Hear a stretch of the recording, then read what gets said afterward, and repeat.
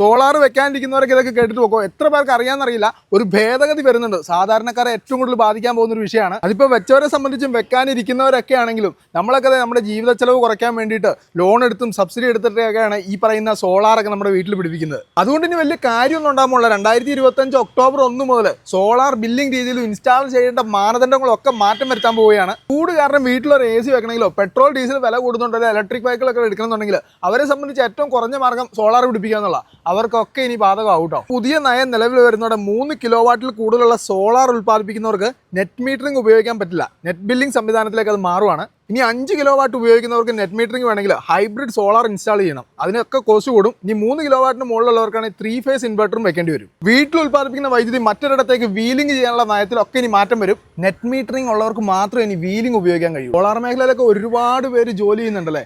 ചിലപ്പോൾ ജോലി വരെ നഷ്ടമായേക്കാം. ഇനി വെച്ചവർക്ക് സംബന്ധിച്ച് സർവീസ് നമ്മൾ 25 വർഷത്തെ സർവീസൊക്കെ വരണം പലപ്പോഴും ഈ ഒരു സോളാർ പിടിപ്പിക്കുന്നത്. അപ്പോൾ സർവീസും ഭാവിയിൽ അത് നഷ്ടമായേക്കാം. പ്രകൃതിയിൽ നേരിട്ട് കിട്ടുന്ന ഇത്തരത്തിലുള്ള ഒരു സോഴ്സൊക്കെ സാധാരണക്കാർക്ക് ഇനി താങ്ങാൻ പറ്റാത്ത രീതിയിലാണ് ഇത്തരത്തിലുള്ള ഭേദഗതിയൊക്കെ വന്നു കഴിഞ്ഞാൽ ഇനി വരാൻ പോകുന്നത്. ഇതെല്ലാം മറികടക്കാൻ വേണ്ടി ഒരു ഒറ്റ വഴിയുള്ളൂ, നമ്മൾ പ്രതിഷേധിക്കുക. കാരണം മലയാളികളുടെ ഒരു കൂട്ടായ പ്രതിഷേധം ഉണ്ടെങ്കിൽ തീർച്ചയായും ഈ നിയമം നമുക്ക് ഇവിടെ നടപ്പാക്കാതെ നമ്മുടെ സോളാറിനെ എല്ലാവർക്കും ഉപയോഗിക്കാവുന്ന രീതിയിലാക്കി മാറ്റാൻ കഴിയും. അപ്പോൾ ഇതിനെപ്പറ്റി നിങ്ങൾക്ക് കൂടുതൽ കാര്യങ്ങൾ അറിയാമെങ്കിൽ അത് നേരെ കമൻറ്റ് ബോക്സിലേക്ക് ഇടുക. ഇനി ഈ വീഡിയോ മറ്റുള്ളവർക്കൂടെ ഷെയർ ചെയ്ത് കൊടുക്കുക കേട്ടോ. സോളാർ വെക്കാൻ ഉദ്ദേശിക്കുന്നവർക്കും വെച്ചവർക്കും ഒക്കെ ഈ വീഡിയോ അയച്ചു കൊടുത്തോ, നമ്മൾ പ്രതികരിക്കുക.